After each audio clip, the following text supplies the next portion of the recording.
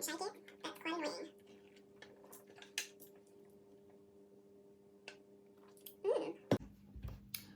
Welcome. Thanks for coming back to my third video. That's number 6. I don't know why I'm doing that. Also, I don't know why I'm doing an Australian accent, but I feel like it works. Hi guys. Thanks for coming back again. I mean, this might be your first time here. If it is, hi, my name's Scarlett, and I am currently on my 3rd YouTube video, and the dishwasher started again. See? Get sat down, get yourself a little drinky drink. Can I get in trouble for that? I'm gonna hold it that way just in case I can. We're gonna talk about my boob job. Thank you for everyone who sent them. I've written them all down again because I use my phone to film. I use my phone to film, so I can't use the phone to show you. I can't use my phone. I can't use my phone to show you the questions. That is what I meant. I just want to tell you why I decided to do this video. When I had my boobs done, I spent hours scrolling through Instagram, scrolling through YouTube, trying to find videos where people gave a really real account on what actually happened. There were lots of vloggy type videos where people took the camera in on the day with them. I didn't do that at that point. I wasn't really very active on social media, but I don't feel like anyone really gave you the ins and outs, the things that I really wanted to know, the things that I'd come across, and then I'd go to Google and I'd try and find someone's real life version of it, and it didn't exist. So I'm hoping that I can give you the best description of what happened on the day, the best description of what happened afterwards, how to deal with things afterwards, and also to make people feel like it's not the worst thing in the world. I watched so many videos where people were saying how horrific it was, how they'd never go through it again, it was the worst pain they've ever had in their lives. I didn't find that. And as we go through, I'll give you kind of little bits and pieces as to where I did find it quite difficult and I maybe did struggle a little bit more, but for the most part, I would do it all again. Let's get started with the why. In 2015/16, I lost around 3 stone. Before I lost this weight, I had always hated my boobs. They faced very much south, probably from when they started growing. My nipples were huge. Like burger nips. And yeah, in general, they were just really saggy. And there was nothing I could do to perk them up. So if I put on a push-up bra, they'd fall out the middle. When I lay down, they basically went under my armpits. For someone who was so young at that point, I was 24, 25 when I lost all that weight. It was a big deal. And even before I lost the weight, I hated them, but I hate them even more when I lost the weight because they then became literally like crisp packets. That was why.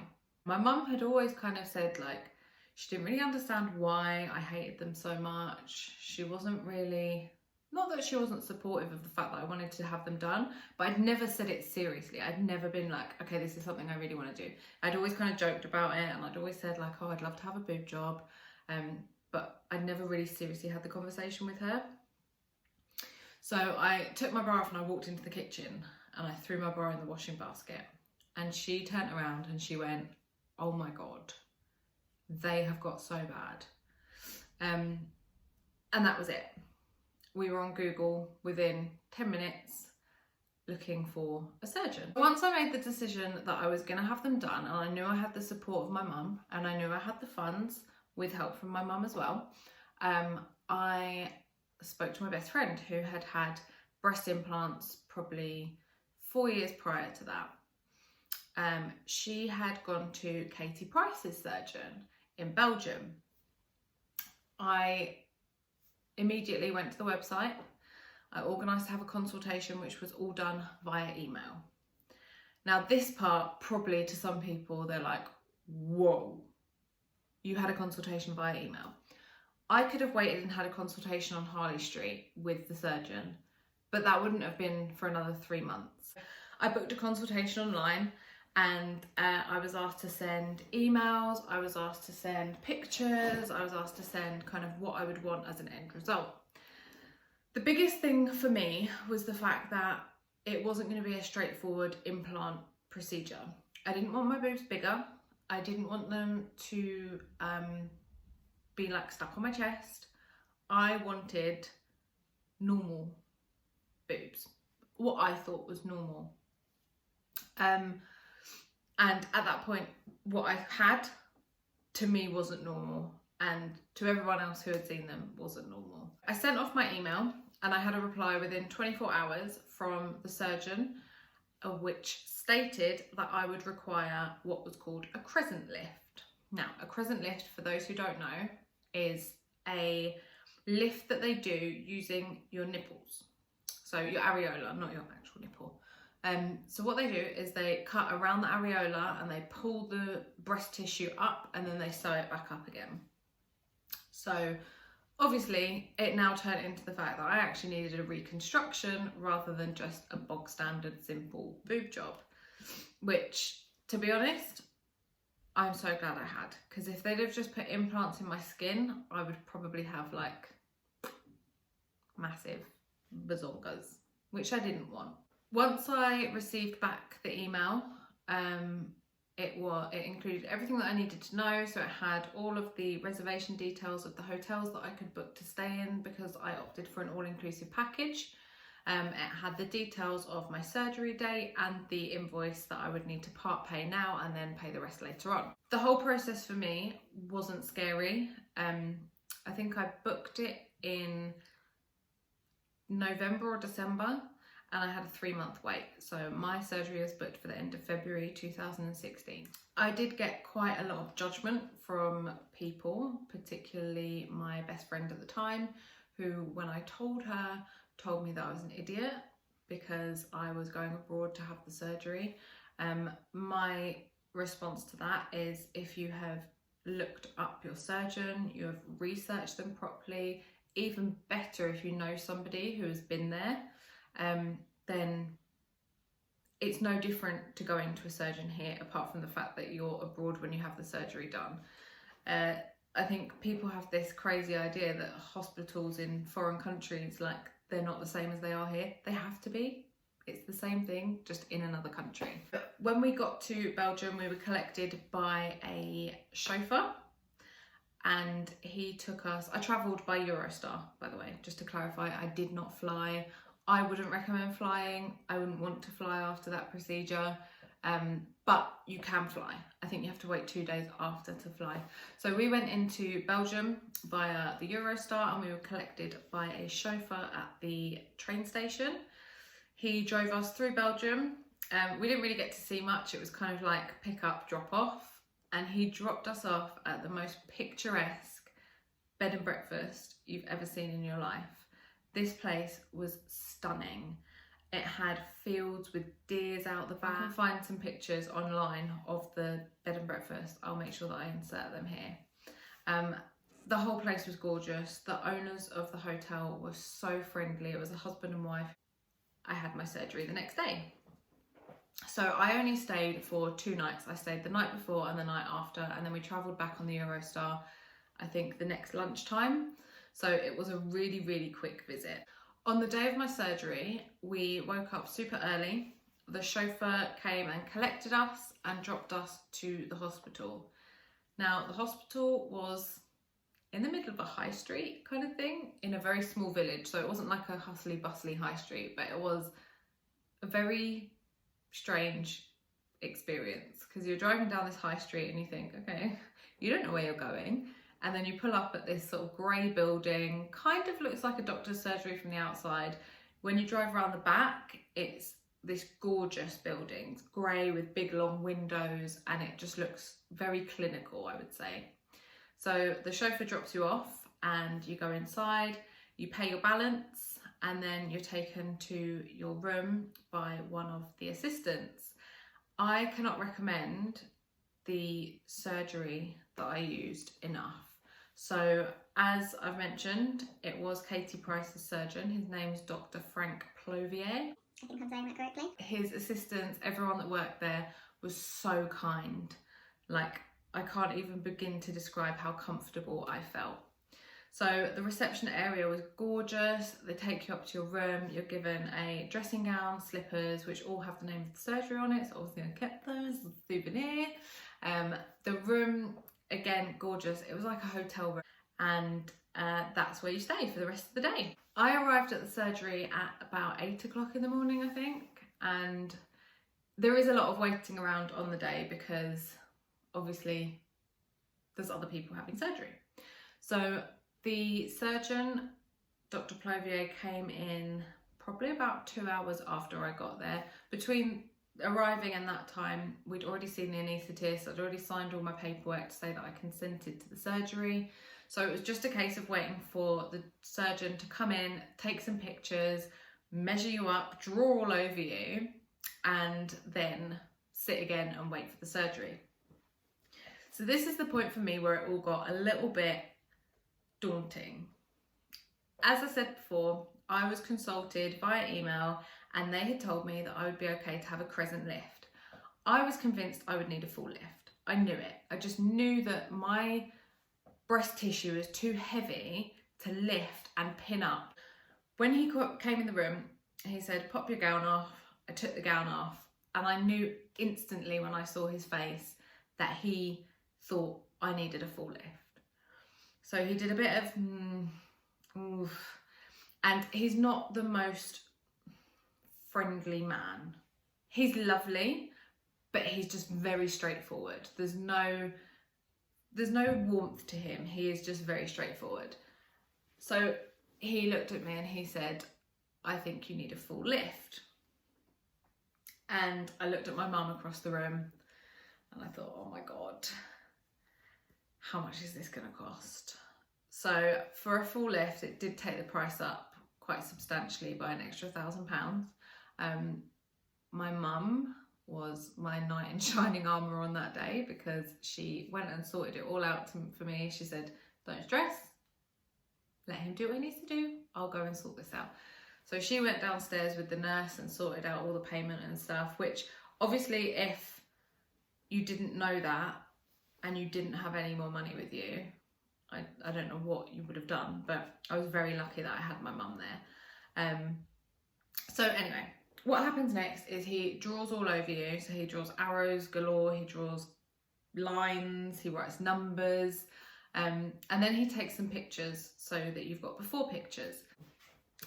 After this, because he had increased the length of my surgery by probably a couple of hours by performing a full lift and an areola reduction, so to get the size of my nipple from burger to 50p piece, I obviously had to wait till the end of the day now. So you can't eat, you can't drink, you're literally just sat in this room, you can't go anywhere. So it kind of got a bit boring, but you're constantly buzzing waiting for this moment. I remember the door opening and the little nurse came in and she was so friendly, and she was quite a bit older. She was an older lady, and I think her name was Bridget, and she came in, she said, "Right, we're ready for you now." And I was like, oh my God. And I can honestly say I have never been so excited for something in my whole life. I remember walking through, it's so clinical in there, but it feels like a hotel. It's really weird. So you walk through all these doors, she puts these codes in, they're like suction doors, so they like open, you have to walk through into the next one. And then I walked into the surgery and... He wasn't in there. I don't know where he was. I hope he did the surgery. All I remember is that the bed was like so warm. I didn't know at this point, but it was actually a heated surgery slab. Good to know, at least I was warm. And then the nurse started stroking my head and she was talking to me and she said, "Are you scared?" And I just went, "No, I'm so excited." And then I fell asleep. And then I woke up and I don't remember anything else. After my surgery, I stop fucking saying and so.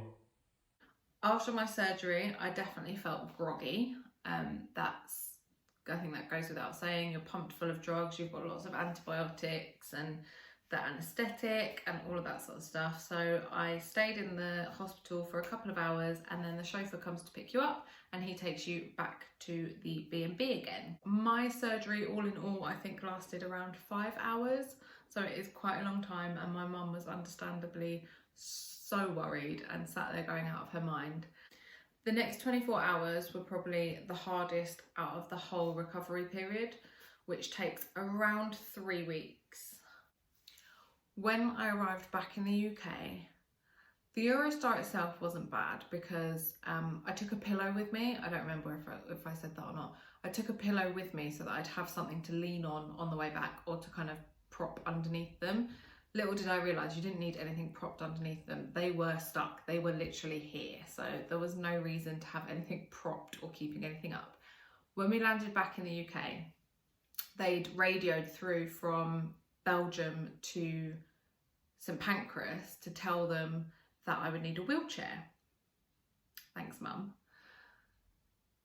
This wheelchair ride was the most painful ride of my life. Now, obviously the man didn't know that I'd had surgery. He just thought I didn't feel very well.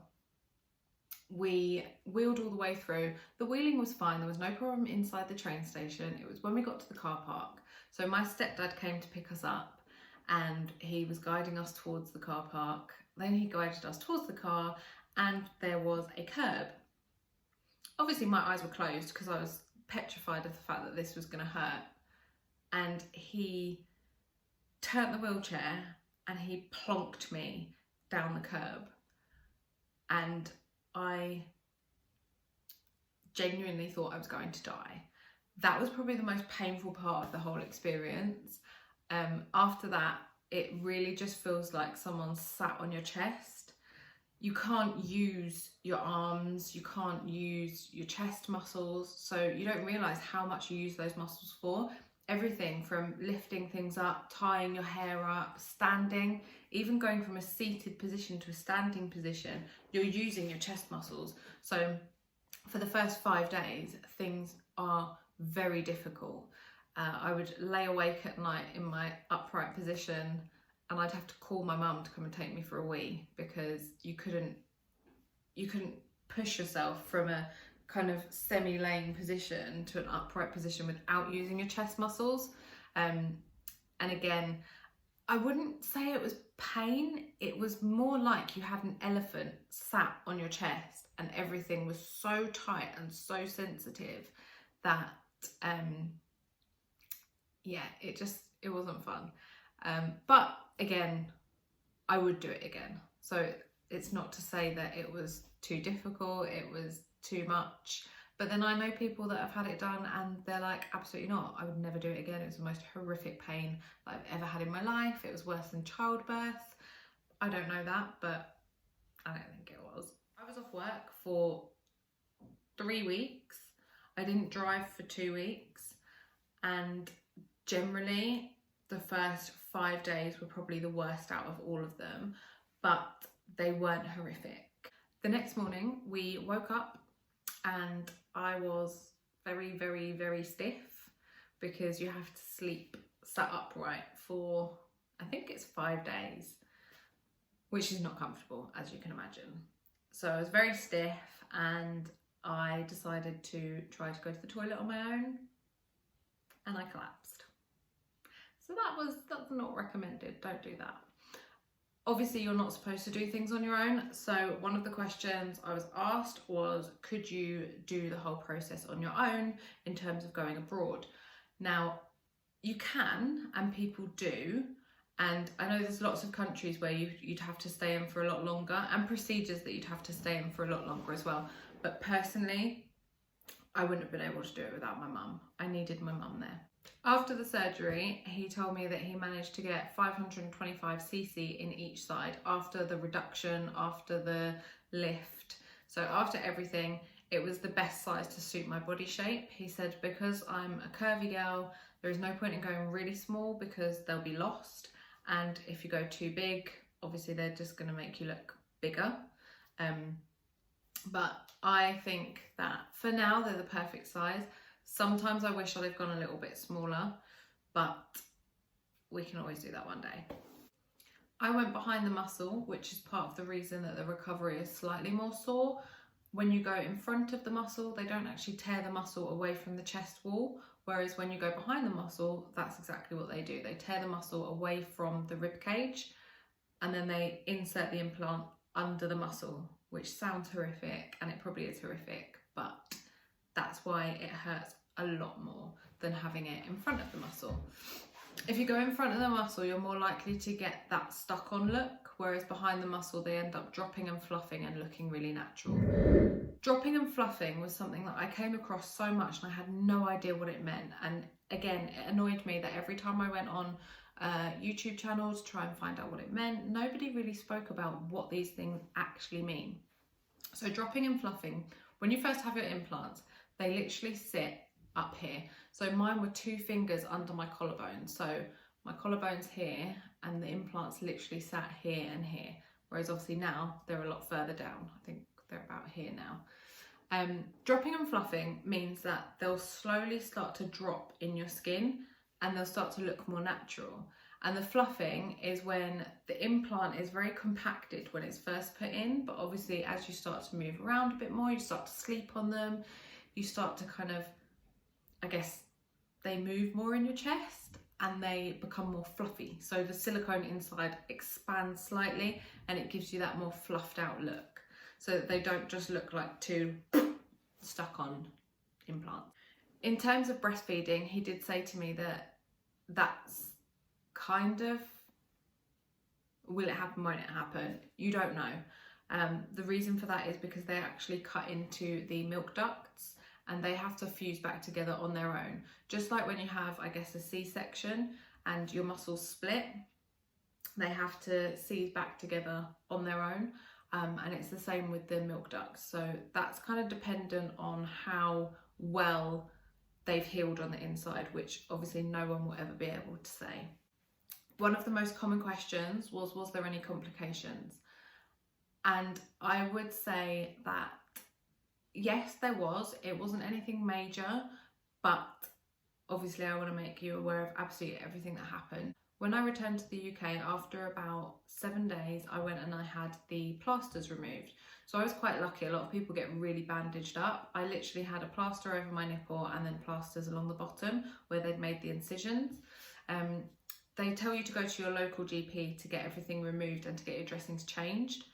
When I went to my GP, the reaction from them was not fantastic.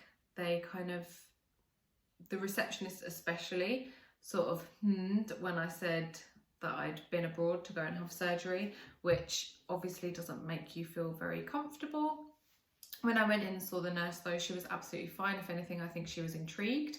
She told me I could remove my dressings on my own if I wanted to. I absolutely did not want to, and that is why I went to the doctors. So we removed the dressings and there was a slight hole in my incision. So my incision looks like this. It's called a lollipop scar. So you've got the, actually it looks like this. So you've got the line underneath the breast and then you've got the one that comes up through the middle that leads to your areola. At the bottom where those 2 incisions meet, so this little bit here, it was still slightly open. When I saw it, I completely freaked out and I thought my implant was going to fall out. After emailing the surgery and explaining to them what it looked like, sending some pictures, they gave me some really simple steps to take that would close the hole up very quickly. Within about 4 days that had healed and there was no problem. It's also not left me with a huge scar. I do have a tiny scar where that incision hadn't quite healed properly yet, but again, it's nothing that I would be concerned about. Whilst we're on the topic of scarring, obviously everyone gets scars. Some people heal much better than others. I think I heal quite well in terms of scars, so I have very faint scar lines. If you didn't know that I'd had my boobs done, then you wouldn't have a clue that those were scars. Do you wish that you'd done it earlier? Not really. I think I did it at the right age. I think I'd had enough time to think about it, and I think it came at the right time in my life as to where I was. So the weight I'd lost, what I was going through at that period of my life, I feel like it really came at the right time, and it was almost like a new lease of life, which sounds really sad, but it's kind of true. Does it improve your confidence? Yes, definitely. I hated my boobs before. I would never wear them out. I would never wear low cut tops or anything like that. And it also really improved my posture because I was constantly hunched over. So I would always kind of sit like this when my boobs were a lot heavier and a lot more saggy. I'd feel like they kind of pull me down. Whereas my posture is massively improved now. Do they feel fake? At first, they obviously feel very firm and they do feel very stuck on, and they also, the skin around them feels very tight. These are coming up to 5 years old now, so they're old girls. They feel very soft. You can squidge them, you can move them around, you can shake them, you can do whatever you want to them. They definitely do not feel fake. Would you get anything else done? 100%. If I had the money, I would get whatever I wanted done. I strongly believe that all these people who have all this surgery, because they have the money, you go Glen Coco, you do you, because if you've got the money to do it and it makes you feel good, why the hell not? I would actually love to have my boobs done again. I'd like to get them a little bit smaller, but I just need to save up the money first. Is it true that you need to replace them after 10 years? I'm gonna have to Google this one because I actually don't know. I have heard that, but I'm not sure if that was when the silicone was different, when the implants were different, they were made of different materials. You know, the whole PP something? Or PPI? PP?